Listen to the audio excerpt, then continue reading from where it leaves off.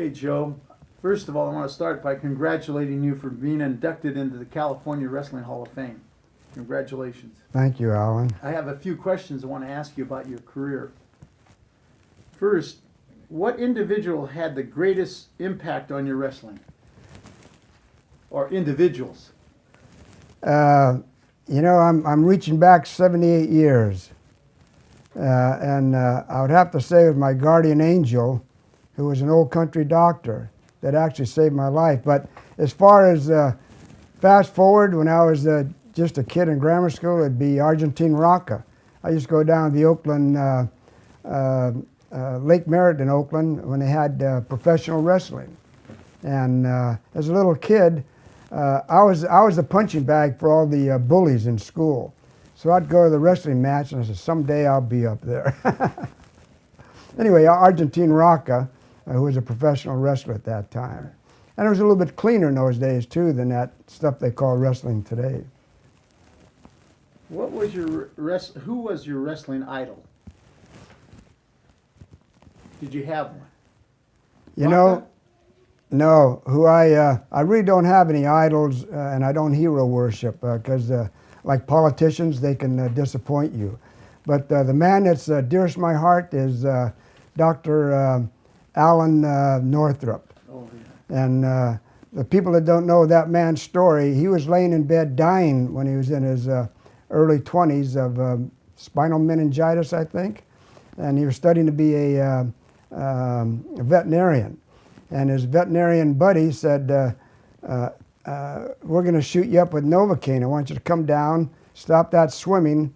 I want you to join the wrestling team. He says, wrestling? He said, I can barely get out of bed.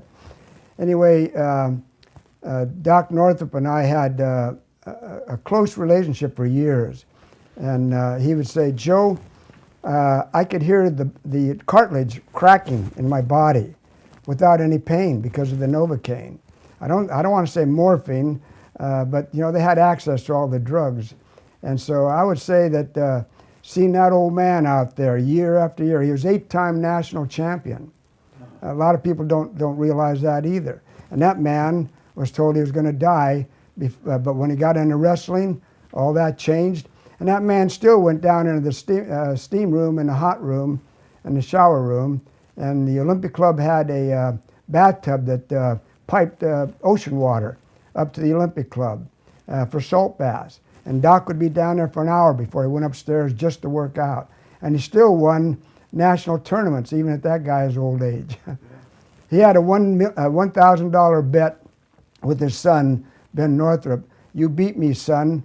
The day you beat me, you'll get that $1,000 reward. It took years, but Ben finally made it. Okay. By the way, I'll talk you to death. There's a 5-minute limit here. What personal attribute contributed to your success in the sport of wrestling? I would say that it had to do with the stick-to-it idea. I'm a farm boy, and when the bull runs you down, you go back and you tackle him again. And in wrestling, I never lost in high school. I was undefeated, and I was a Northern California state champion twice. Ben Fraticelli beat my butt the second time. The third time, we were happy that both of us were in different weight classes. He became a very good friend. But as far as answering your question, senility has taken over. Ask me the question again. Okay. What personal attribute contributed to your wrestling success? Oh, yeah, I answered that the first time. When I wrestled Lee Allen at the YMCA after coming back from the Army, I'd never lost before. Lee Allen just wiped my butt, and I said, I'm too old for this. I was 22 years old. But I looked at Lee and I said, you know what, Lee, you gave me the inspiration to stick with it. Because championship is an attitude. Okay. And you had developed that attitude at that time.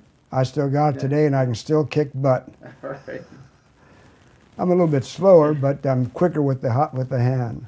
What, Joe? What is the most outstanding memory you have of your career in wrestling? Most outstanding is when Terry McCann made mother's helper out of my face on a match at the Olympic Club, one of the national tournaments. I beat the last kid barely. And when Terry McCann and I met on the mats at the Olympic Club, he shook hands like a wet fish. I thought, this is going to be over fast and I can go home. Terry McCann grabbed me by the neck and the crotch and he just plowed the mat with my body.